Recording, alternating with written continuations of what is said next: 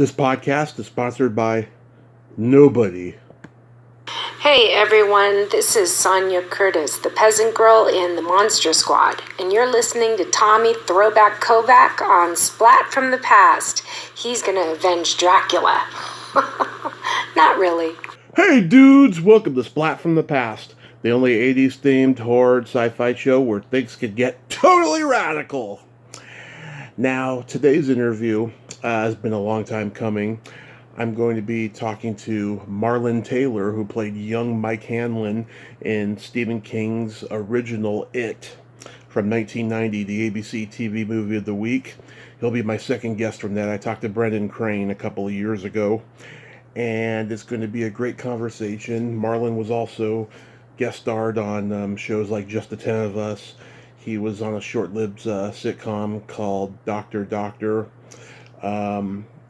He later, after It, he worked for a few more years, and then I don't see that much work on his resume afterwards. I don't know if he got out of the business or just stayed in and couldn't, get much on-camera work, but I will find all that stuff out today, and I can't wait.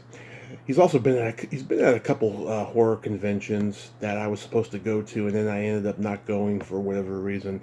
He's one of those guys that I've always been meaning to meet at conventions, but then never get to. But I will in the future, and I am just astounded of how blessed I am with all these great interviews I get to do here on Splat from the Past. And I want to thank everyone out there for continued support and listening. Without you, I have got no shows. And once again, thank you. So yeah, here is my interview with Marlon Taylor. Hey Marlon, welcome to the show, sir. How are you? Hey, how are you? I am spectacular. How are you? I am good. This is my bad for the late call. I know I'm late. It's okay. A lot of people are late, as long as they get back to me, within at least 20 minutes or a half an hour, I'm cool. That's good. This is such a great honor. Thank you for taking the time today. Oh, no problem at all. Thank you for having me, man. Thank you for having me. Absolutely.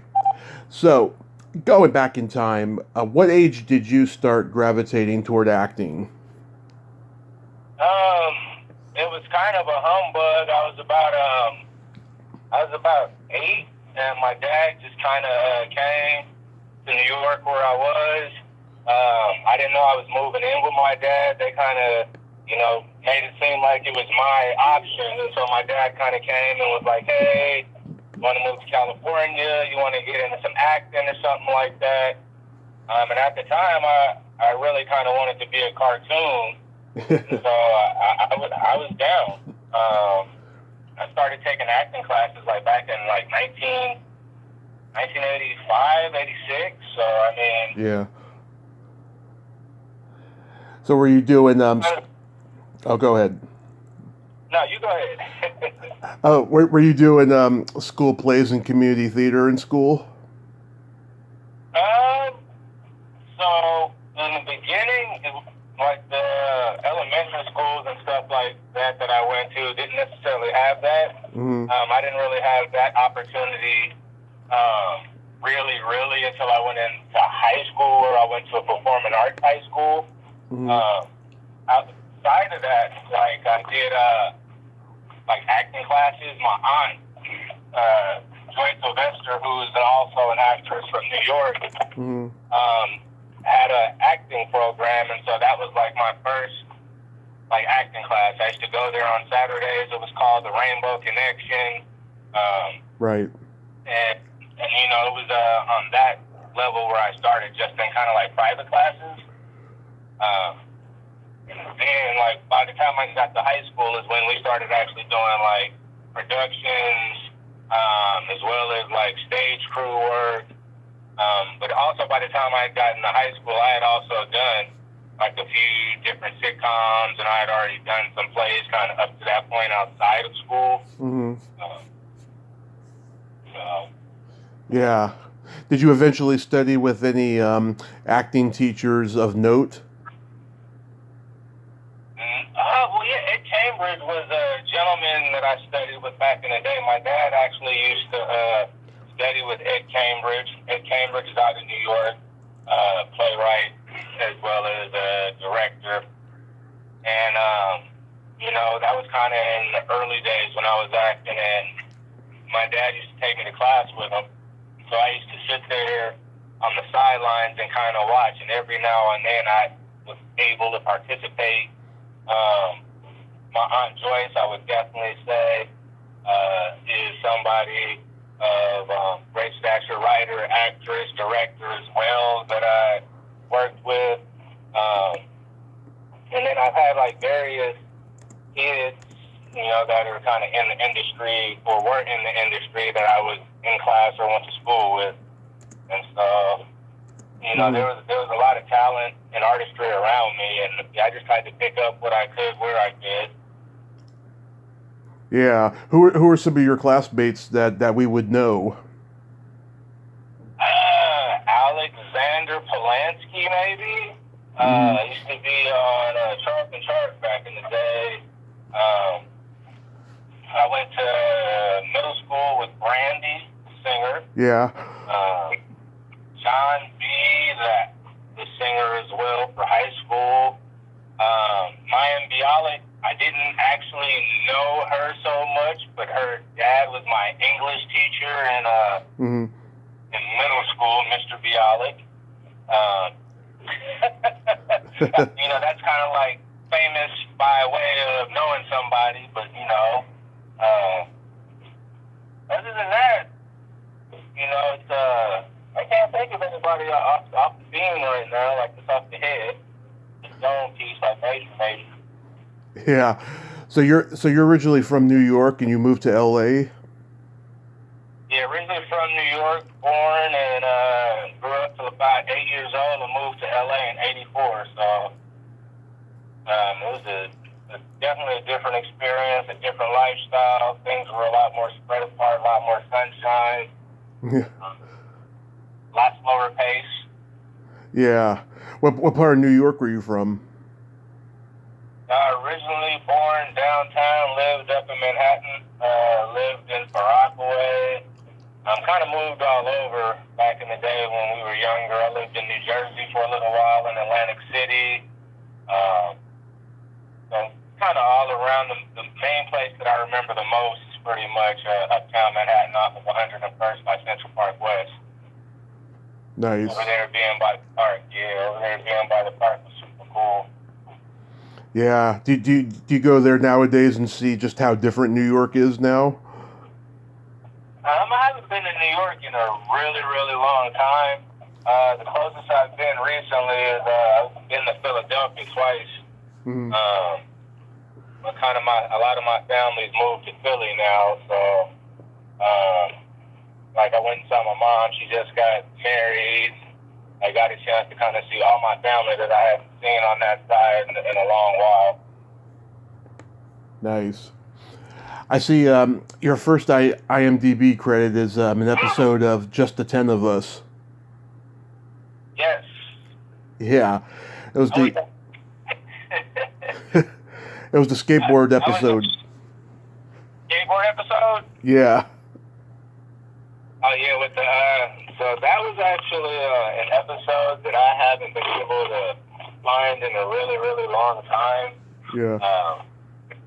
Just the 10 of Us was a spinoff of Growing Pains. Yep, there you go. And it was the skateboard skit.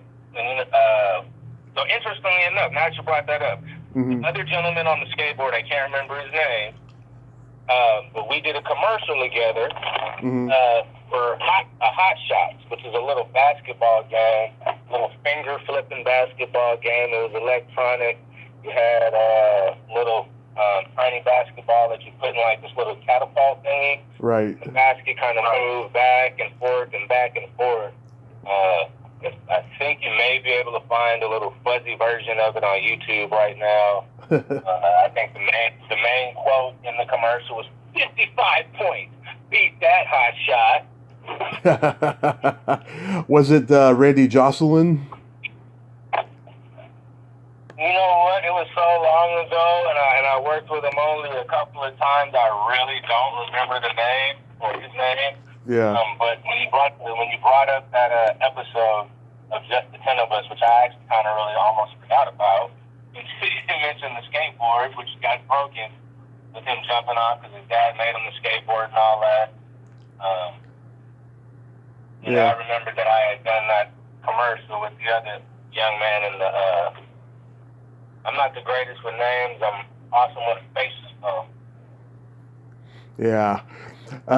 Heather Langenkamp, of course, from Nightmare on Elm Street franchise, she was on the show. I'm sure you see her at conventions all the time.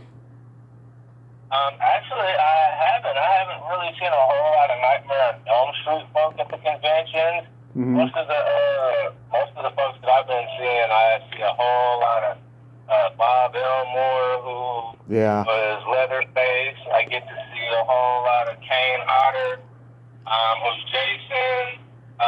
And I guess actually one time I actually did meet Freddy. So I did get to meet Robert Englund at one show. But that's, I think, about the gist of all the characters that I've met out of Nightmare on Elm Street. Yeah, Robert Englund's I was going to say, I just seem to meet a whole lot of Star Wars characters. There's always a lot of Star Wars characters. Oh, yeah. It's funny how, these horror conventions have been able to combine also, sci-fi stars and just, plain pop culture stars, and like even bring in WWE wrestlers into them. Oh, yeah. The WWE wrestler, I guess it was Shawn Michaels came to like the first show that I was at. Yeah. That was a very interesting situation because it was a horror con, but Shawn Michaels came and he kind of shut down the show for a minute. And he didn't even show up on the first day. He showed up on the second day with the entourage and the bodyguards. So you can't get next to him unless, everything is taken care of. And so, and it's also interesting, and, I'm a fan too, so when I go to these shows, I try and have, my little memorabilia or whatever for whoever I'm trying to meet and get a picture with. Yeah. Yeah, it's a lot of fun. Then you were on a short-lived sitcom called Dr. Doctor. Yes, I was, which was very fun to do. Matt Frewer is a very funny gentleman. Mm-hmm. Also did Max Headroom. Yep. The gentleman who played my father, if you've ever seen, what is it, the Last Dragon, I believe it was, he played the Shogun of Harlem. Okay. It's an old 80s movie with a black guy who is Bruce Lee, but from New York City. He's Bruce Leroy instead of Bruce Lee. Are you talking about Timac? Yes, sir. Yeah.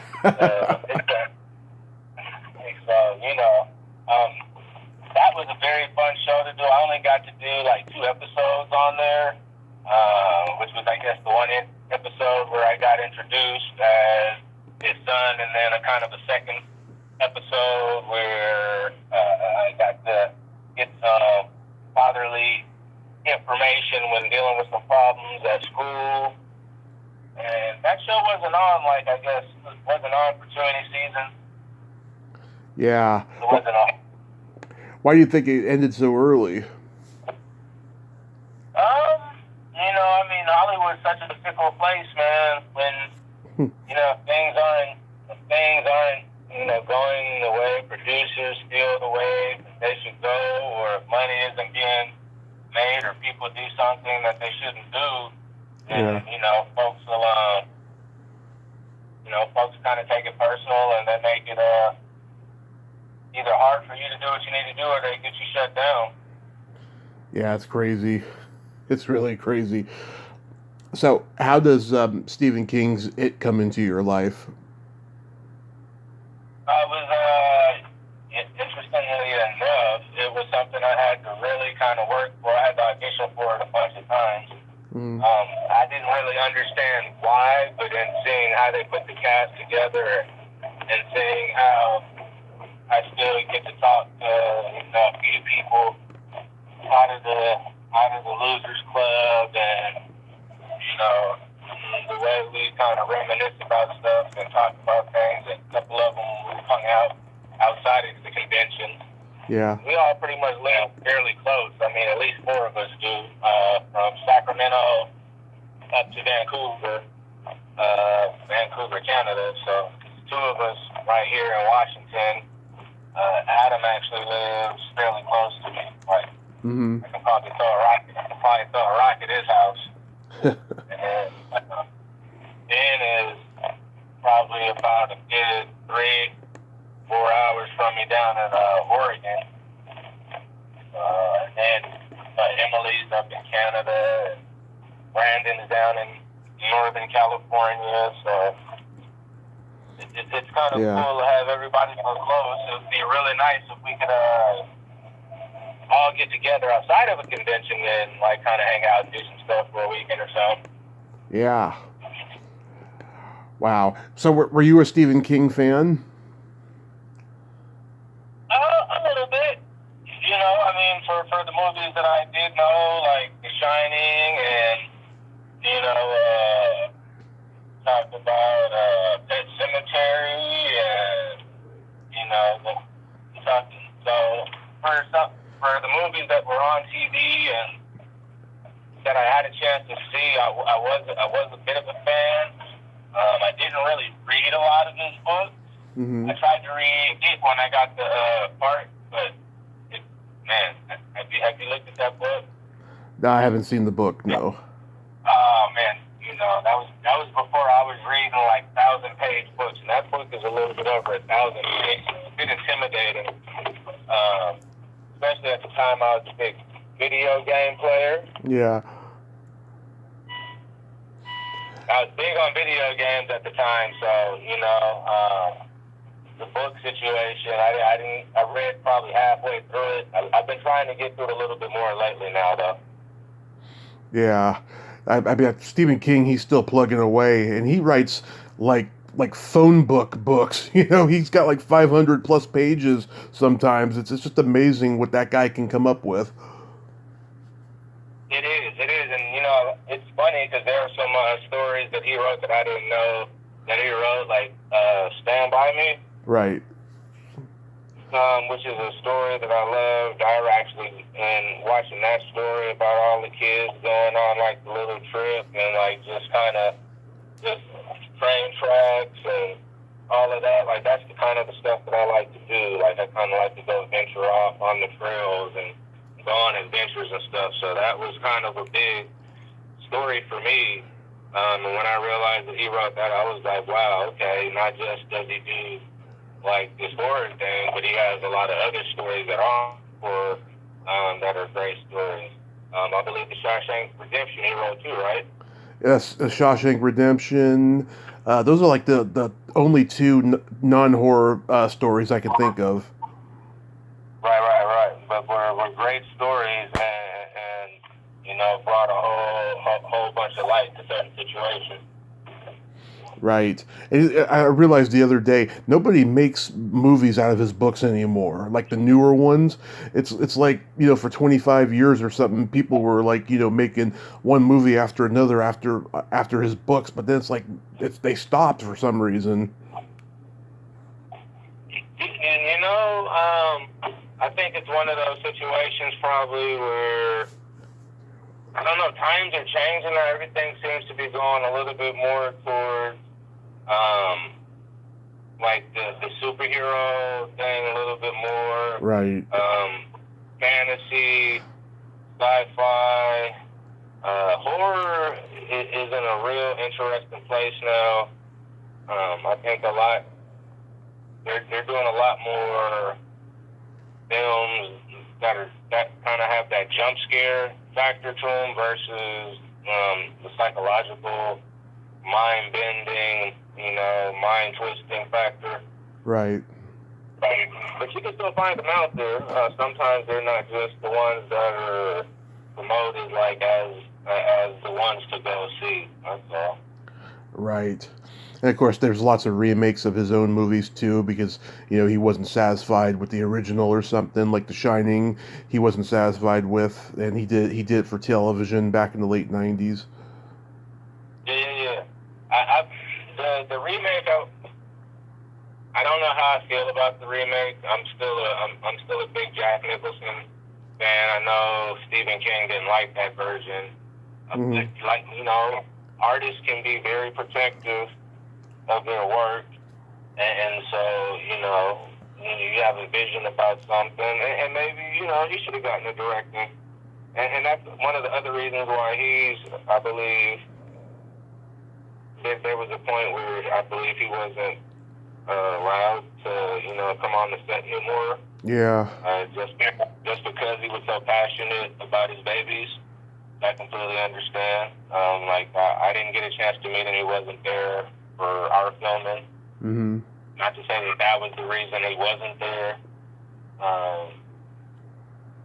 But he wasn't there during that. I would have loved to have met him. Just to even talk about it and kind of see what he thought about either version. Yeah. How he thought the characters were built and created and all of that. Yeah, I saw the remakes in the theater, and I really enjoyed them. What was your reaction to the remakes? Well, I had to watch the first one twice because I had to get away from comparing it to the one that I was in. I won't say the original. I'll give them both their props. They're both original in their in their own standing. I think the characters were different characters. Mm-hmm.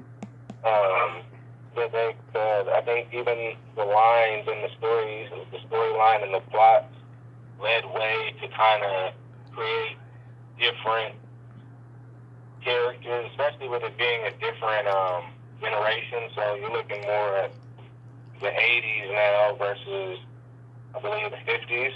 Right. So,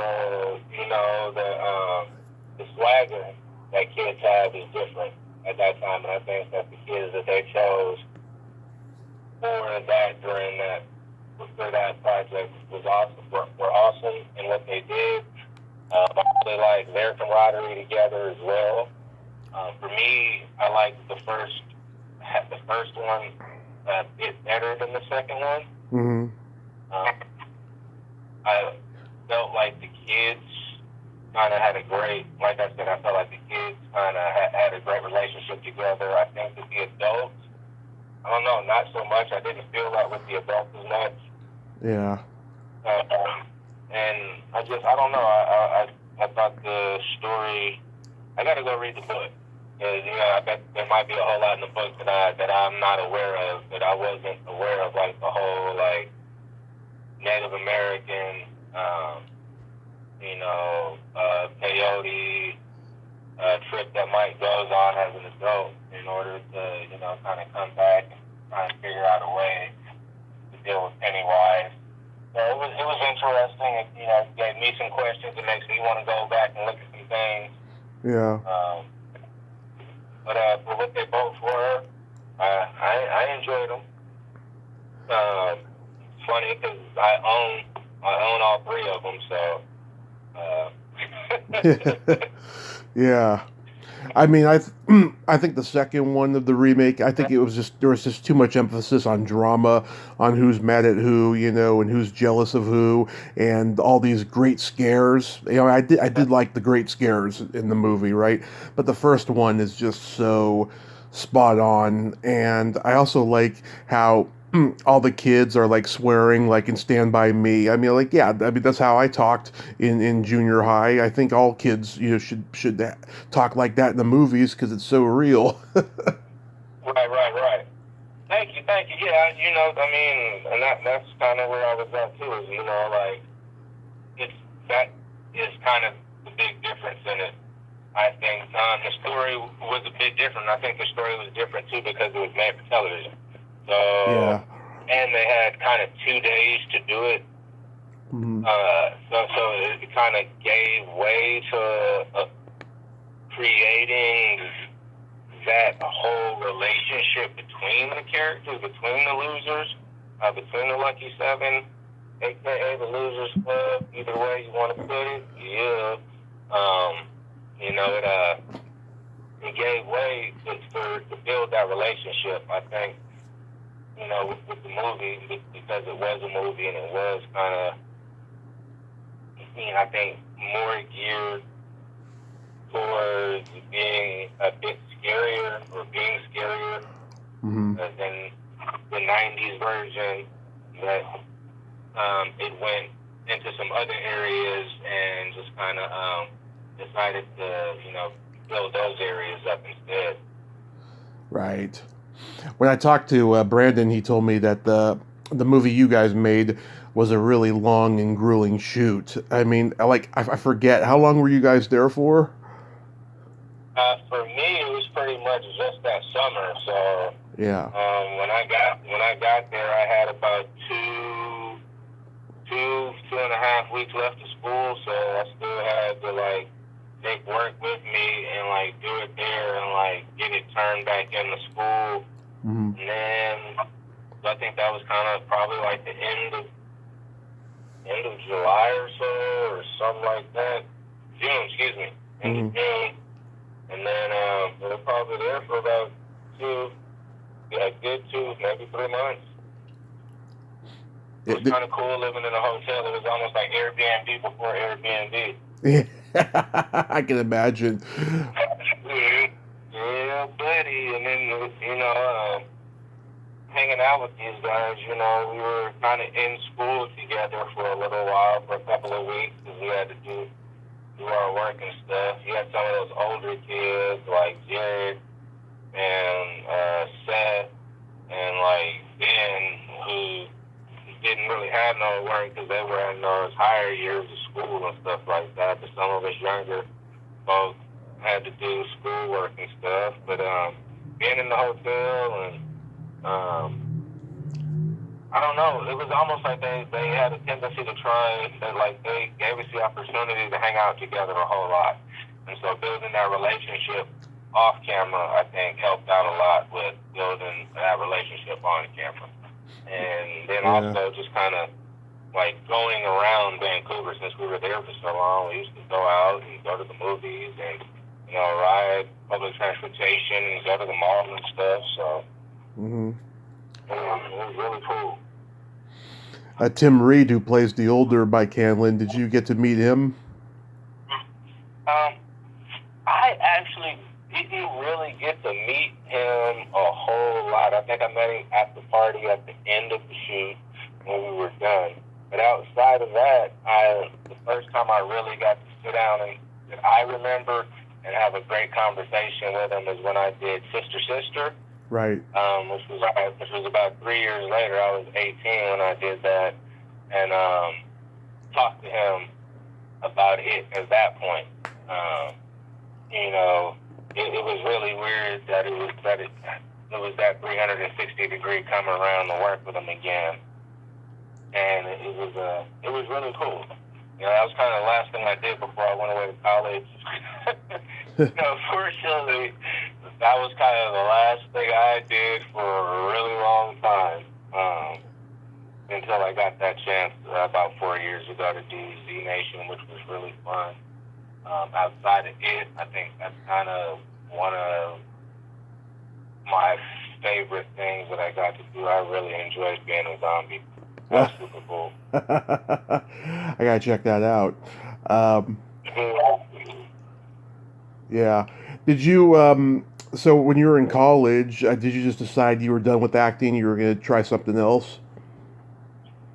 No, I actually went to school on a theater scholarship. So my main focus there was theater.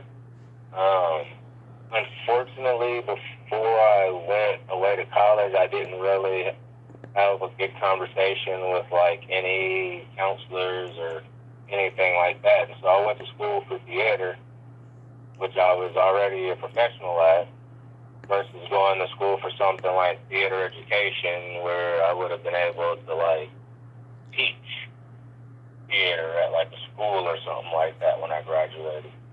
And so I wound up not really finishing. I did about 3 years, and then wound up just kind of coming home and like living. I won't say in the real world, but working a regular job and day to day, and riding the bus to work, and just I don't know. I realized in doing that, I wasn't doing what I really enjoyed doing. So, any opportunity I got after that, I was trying to do anything in entertainment. So I did a little bit of music for a little while, and found my way back to acting, which is what I've been doing up here in Seattle. It's just a little bit harder up here. There's not a whole lot of work up here. Yeah. Over the last 3 years. And my main focus now, too, is my kids. So, I got 2 kids. I got one in middle school, one in elementary. We got a pretty decent job where I'm at, which is it's funny because, I'm a city government employee. Mm-hmm. I enjoy it. But once they're graduating and out the house, it's full time. It's full swing. Jump right back in, boots on, clothes on, sweater, coat, all that. Yeah, that's fantastic. God bless you. I'm glad you got all that domestic bliss going on. Well, you got to do it, Yeah. You've been doing the conventions. Do you enjoy doing those? Yeah, those are actually really, really fun. They give me the opportunity to go places that I've never been. Mm-hmm. If the opportunity presents itself, I'll kind of try and either get there a little bit early or stay for a couple of extra days, just to kind of take in the environment where I'm at. But just even getting to meet people, the people that have, seen and appreciated the work, and to hear their stories, that to me is the best part about going to these conventions. And especially, like I say, I sit at work at a desk behind a computer, looking at a computer screen all day. So to go to these places and hear that stuff, man, it brings back, memories of the glory days. Not to make it sound like I'm super old, but Yeah. It's just even though that you've done some things to affect people or to make them feel a certain way, or to even make people feel included or belong. I mean, it's an amazing feeling to just hear that from folks. So. I saw that you were booked at Sister Creature Con back in August. I was going to go to it, and then I couldn't at last minute. How did that con go? Sister Creature Con actually went really, really well. I didn't know what to expect because of COVID. Mm-hmm. But they seem to have everything under control. Everybody was masked up and everything, but in the same token, it was fun. There were a lot of nice vendors. I got to meet some people that were interested in, I got to meet Crazy Bones from Bone Thugs and Harmony. Oh, nice. Because we were talking about that earlier, how, they have different people kind of come to these conventions that might not necessarily be, considered in the realm of what the convention's about. But he was across from me, so that was pretty cool to meet him.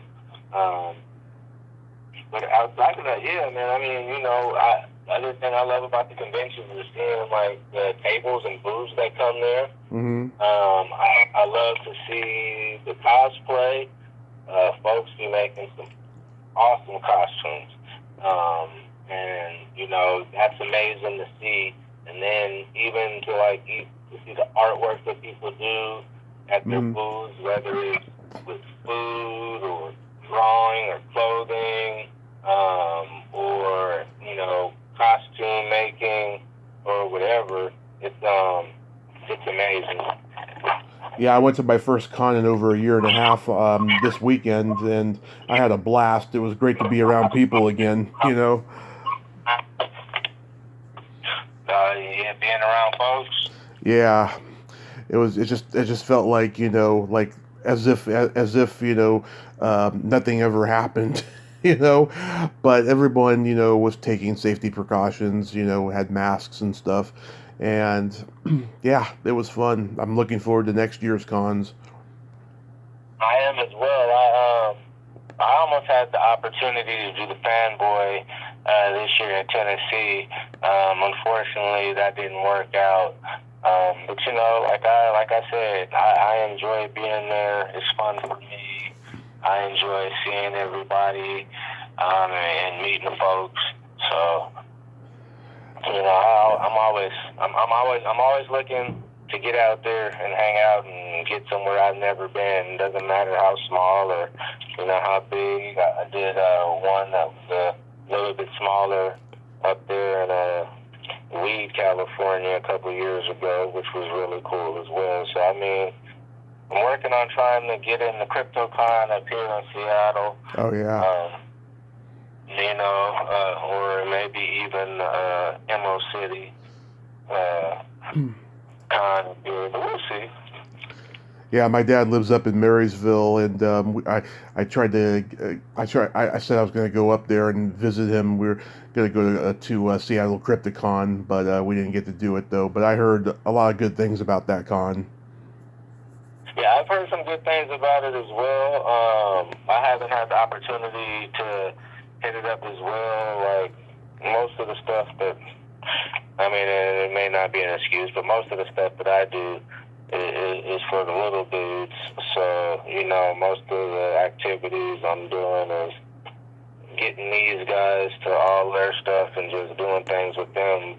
But I might have to take them to a con. I might have to do the Emerald City one. I know they're in the anime and all that stuff. Yeah. Neither one of my kids have ever seen it, so that's kind of they've had the opportunity. And they've watched part of the newer one, but they've never seen the one I was in. So do you have any upcoming acting roles, or you're just waiting on that? No, I'm still auditioning, or when I get the opportunity to. I do have an agent out here, but things are a lot slower out here than it is down there in Hollywood. And like I said, I got a 5-day, 40-hour-a-week job. So the other thing is availability, like being able to get away from work in order to do something amazing. So. The more amazing opportunity, the easier it is to get away from work. Yeah. It changes the focus, and it just makes the focus, just puts the focus on that grind. So. Awesome. Well, if I see that you're going to a convention and I'm in the area, I'll let you know. Oh, definitely. And if you happen to be in town, hit me up, man. We can go ahead and meet in person. We can go ahead and sit down, have a drink or something, and chop it up. Absolutely, that'd be awesome. I don't drink alcohol anymore. I've been 6 years sober, but we can get a soda or something. Oh, that's what's up. We can go get some ice cream, man. It's all good. I love ice cream. Well, Marlon, I thank you so much for coming on today, and I hope you stay safe over there and take good care of that family of yours. Oh, that is the main goal. I really appreciate it. You do the same. Stay safe. Keep up with the good work. I wish you the best with everything you got going on as well. And, you have to, like I said, you come out, holler at me. If I wind up out there in Sacramento? Reading. Reading? If I wind up out that way, I haven't been out that way in probably double-digit years, but if I wind up out that way, I'll let you know. Awesome. Have a great night, man. You too. Thank you. I appreciate it. My pleasure. Bye-bye. All right. Good night. Good night. Well, there you have it. Marlon Taylor. Ain't he a cool dude? What a nice guy, huh? What a nice stand-up guy. I'm so glad I got to talk to him, and I'll definitely hit him up if we're ever in each other's areas. Well, until next time, this is Tommy Throwback Kovac saying there's no shame in living in the past, because the present sucks. Later, dudes.